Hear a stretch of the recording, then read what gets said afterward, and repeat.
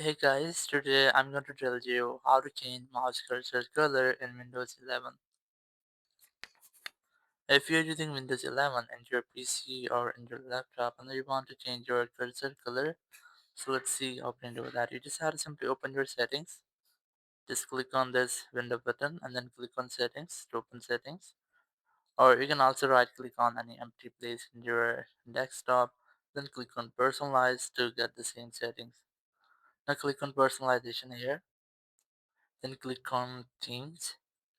Now in Teams, you will get the mouse cursor option here. Just select this, and here you'll see the four options. The first one is white cursor. The second one is black cursor.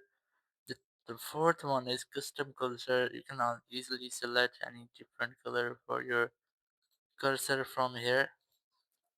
Or the third one is my favorite, is the inverted cursor.